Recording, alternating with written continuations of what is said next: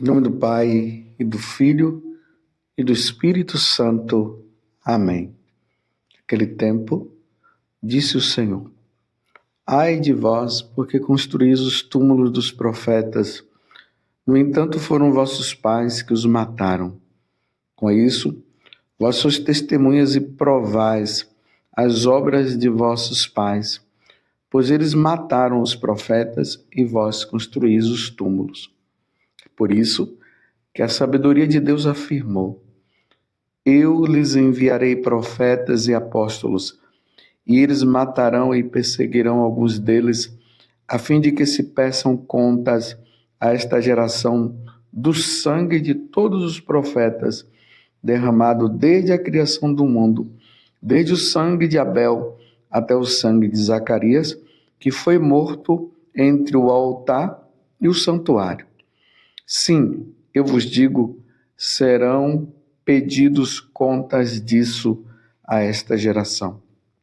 Ai de vós, mestres da lei, porque tomastes a chave da ciência.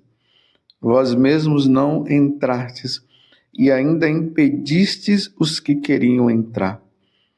Quando Jesus saiu daí, os mestres da lei, os fariseus, começaram a tratá-lo mal e a provocá-lo sobre muitos pontos. Armavam ciladas para pegá-los de surpresa por qualquer palavra que saísse de sua boca. Palavra da salvação. Glória a vós, Senhor. Meus irmãos e minhas irmãs, hoje a igreja celebra a memória de Santo Inácio de Antioquia, bispo e mártir. Inácio, o Teóforo, aquele que conduz a Deus, como ele mesmo gostava de ser chamado. Gostava de ser chamado de Teóforo, aquele que conduz a Deus. Aqui está a missão de todo sacerdote, a missão do bispo: conduzir as pessoas para Deus, não tirá-la de Deus, mas conduzi-la a Deus. Bispo do coração ardente, Inácio, Ignatius, que quer dizer precisamente fogo. Ficou na memória dos cristãos de todos os tempos por causa das inusitadas expressões de amor dirigida a Cristo e à Igreja, as quais se leem nas cartas escritas durante a viagem que de Antioquia devia levá-lo a Roma para ser dado como posto às feras, vítima ilustre da perseguição de Trajano. Inácio ocupava desde o ano de 79 a sede episcopal de Antioquia, a metrópole síria, terceira em ordem de grandeza no vasto Império Romano. E o historiador Eusébio de Cesareia o tem na conta de sucessor imediato de São Pedro. Informa-nos de que Inácio foi mandado da Síria a Roma para ser lançado como alimento às feras. Eram assim, meus irmãos, para dar testemunho, para ser realmente de Cristo no tempo da perseguição, significava ser preso e levado às feras se eles não renunciassem ao cristianismo. Então ele estava ali para ser lançado como alimento às feras, por causa do testemunho dado por ele de Cristo, realizando sua viagem pela Ásia, sob a custódia rígida de uma guarda numerosa, nas cidades onde parava, ia consolidando as igrejas com a pregação e admoestações.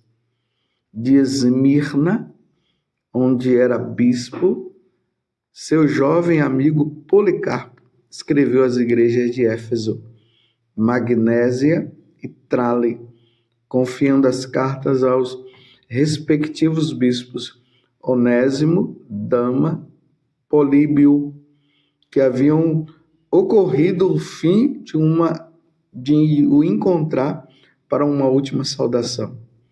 Chegando a Troade, Inácio escreveu outras cartas, entre as quais uma a Policarpo, para confiar-lhe seus fiéis de Antioquia, a fim de que a igreja não ficasse muito tempo sem pastor.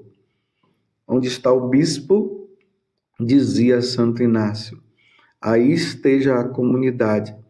Assim como onde está Cristo Jesus, aí está a Igreja Católica. Isso aqui, meus irmãos, é muito importante. Não existe Igreja Católica. Aqui eu estou falando a Igreja Católica a nível universal sem o Papa.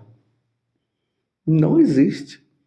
Essa história de Igreja Católica sem Papa, graças a Deus nós temos o Papa. Já tivemos vários papas, 266 papas. Hoje nós temos o Papa Francisco. O Papa Francisco é o Papa da Igreja Católica. Nós não estamos sem Papa, não. Hoje nós ouvimos aí algumas questões de pessoas que são da Igreja Católica, que dizem ser católicos, mas não aceitam o Papa, diz que nós estamos sem Papa, e eles estão aguardando um Papa que vem não sei de onde. Olha o que é que Santo Inácio de Antioquia ele está dizendo. Onde está o bispo, aí está a comunidade. Assim como onde está Cristo Jesus, aí está a Igreja Católica. Santo Inácio de Antioquia, ele tinha esse amor à igreja e esse amor aos apóstolos, aos bispos sucessores dos apóstolos. Tomemos cuidado, meus irmãos, com essa história de que a sede da Igreja Católica, porque o bispo de Roma, ele é o Papa da Igreja Católica, então tomemos cuidado de dizer que a sede da Igreja Católica, que está lá na Basílica de São João de Latrão, ela está vazia. Existem católicos que estão dizendo isso é um ensinamento errado, isso é uma heresia. E como nós sempre rezamos pelos papas, lembremos que Pedro, quando ele estava preso, Pedro, o primeiro papa, ele estava preso, a igreja toda rezava por ele. Hoje nós vivemos um tempo em que nós precisamos rezar muito pelo nosso Papa, pelo Papa Francisco. Rezemos pelo Santo Padre. Mas, ao mesmo tempo, tenhamos comunhão com o Papa. Se o Papa está errado em determinadas coisas, ele prestará conta dos seus atos. Ele vai prestar conta dos seus atos. Se ele está correto, vai prestar conta dos seus atos também. Cabe a nós rezarmos. Essa história de que naquele momento lá em que nós rezamos após a consagração, e aí nós rezamos, nós sacerdotes, intercedemos pelas almas do purgatório, aí nós rezamos pela igreja, e ali fala pelo nosso bispo e pelo Papa, e ali nós falamos o nome do Papa. Já ouvi pessoas dizendo que é para eu não falar o nome do Papa, porque o Papa Francisco não é o Papa. Sim, o Papa Francisco é o Papa. E graças a Deus nós vimos lá no dia em que ele foi eleito, a fumaça branca, ela subiu e aí ele apareceu na frente. Houve um conclave, ele foi escolhido. Agora, que o Santo Padre, ele precisa de muita oração? Ele precisa de muita oração. Porque se nós católicos estamos sem papas, nós não somos igreja. Nós somos o quê?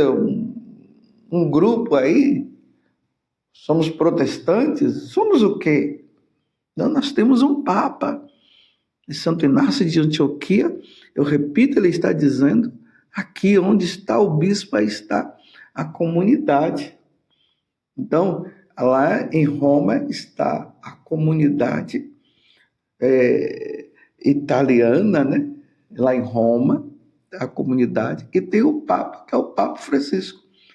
Aqui, em Lorena, nós estamos com o bispo, claro, lá é o bispo de Roma, o bispo de Roma é o Papa Francisco. O bispo da Diocese de Lorena, a qual eu pertenço, chama-se Dom Vladimir. Se eu agora digo que o Dom Vladimir, ele não é bispo, eu estou unido a quem? Que igreja é essa que não está unido ao bispo? Então, aqui nós temos o nosso pároco, que é o padre Luiz Carlos, ele é o pároco aqui da paróquia Santo Antônio, Cachoeira Paulista, aonde nós, da Canção Nova, estamos.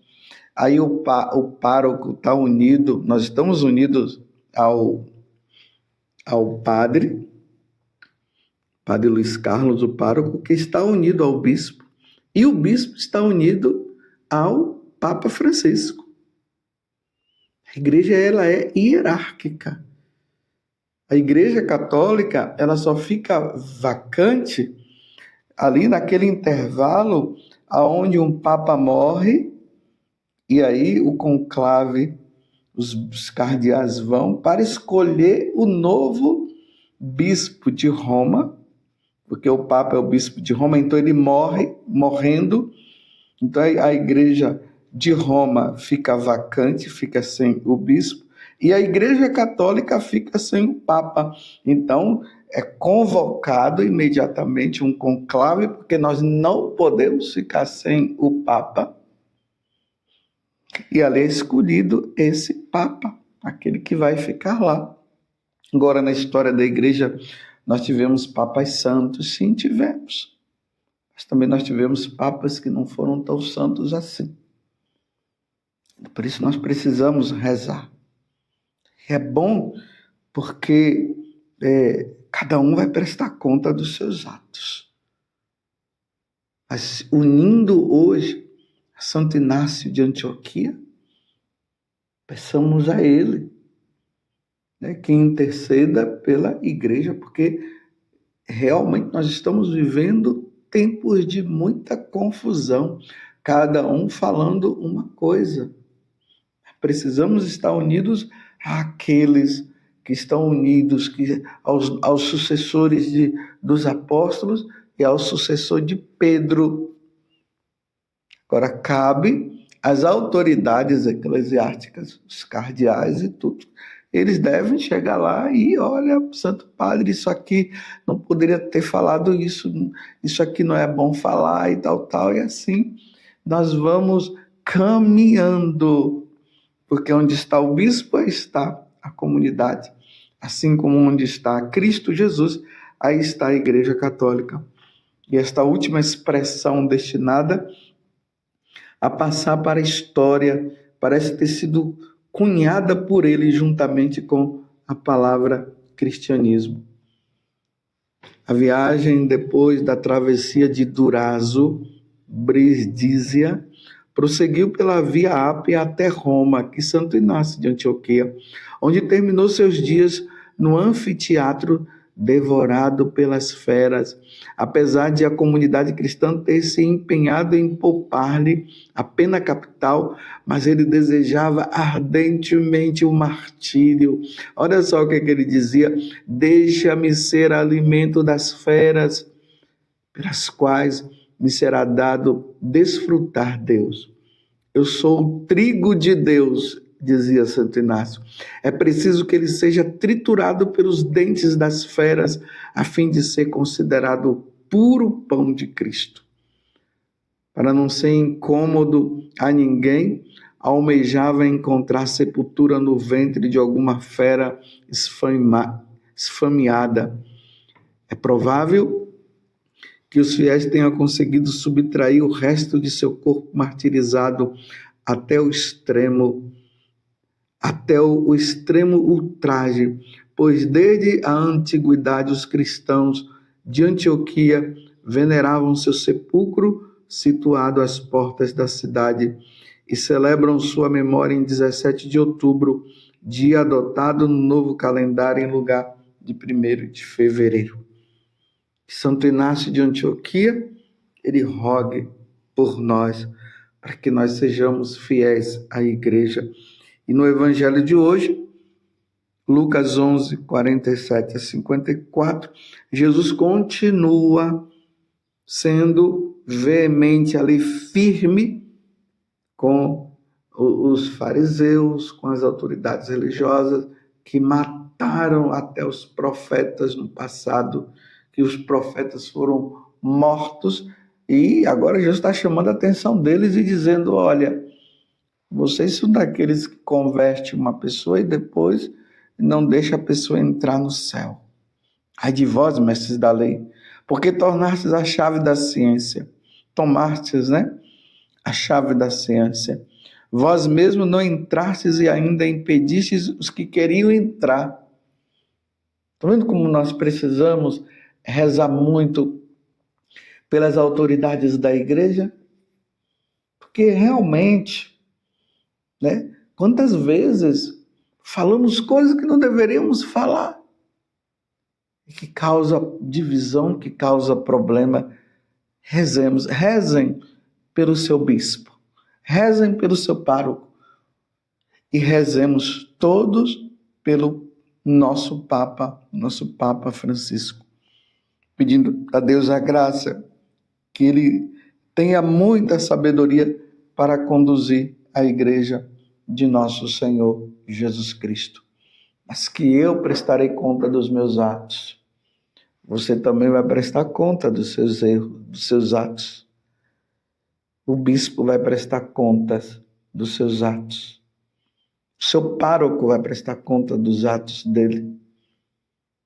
O Papa Francisco e todos os papas que irão prestar conta dos seus atos. Os que já foram, já prestaram contas. Que Deus nos dê a graça da fidelidade, que sejamos fiéis à igreja de nosso Senhor Jesus Cristo, como Santo Inácio de Antioquia foi fiel. Peçamos a fidelidade. E vocês veem que quando falamos a verdade, essa verdade ela vai implicar em até no derramamento de sangue. Então, como Santo Inácio de Loyola, ou Santo Inácio de Antioquia, não se dobrou às heresias, não se dobrou aos imperadores, ele foi levado para o martírio e ele morreu. E a alegria dele era tão grande de saber que ele estava indo para ser triturado pelas feras, que ele dizia para os cristãos, não me impeçam, eu preciso ir, eu preciso ser triturado, eu preciso ser morto por amor ao meu Senhor, porque ele sabia que logo após o martírio, ele iria se encontrar com o Senhor. O martírio não é uma coisa fácil, não é para qualquer um, não. Lá no início do cristianismo, muitas pessoas, na hora que estavam ali para serem mortas por amor a Cristo, por amor à igreja, elas tiveram medo.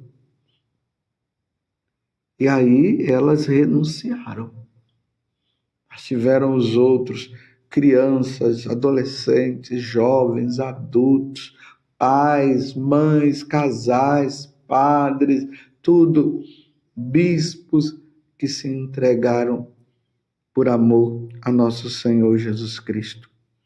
Ó Virgem Santíssima, não permitais que eu viva e nem morra em pecado mortal. Em pecado mortal eu não hei de morrer, porque a Virgem Santíssima há de me valer. Valei-me, Virgem Santíssima. Louvado seja nosso Senhor Jesus Cristo, para sempre seja louvado, e a sua mãe, Maria Santíssima, e desça sobre você, pela intercessão de Nossa Senhora, a bênção de Deus Todo-Poderoso, Pai, Filho e Espírito Santo. Não se esqueça, reze pelo seu pároco, reze pelo seu bispo e rezemos pelo Papa.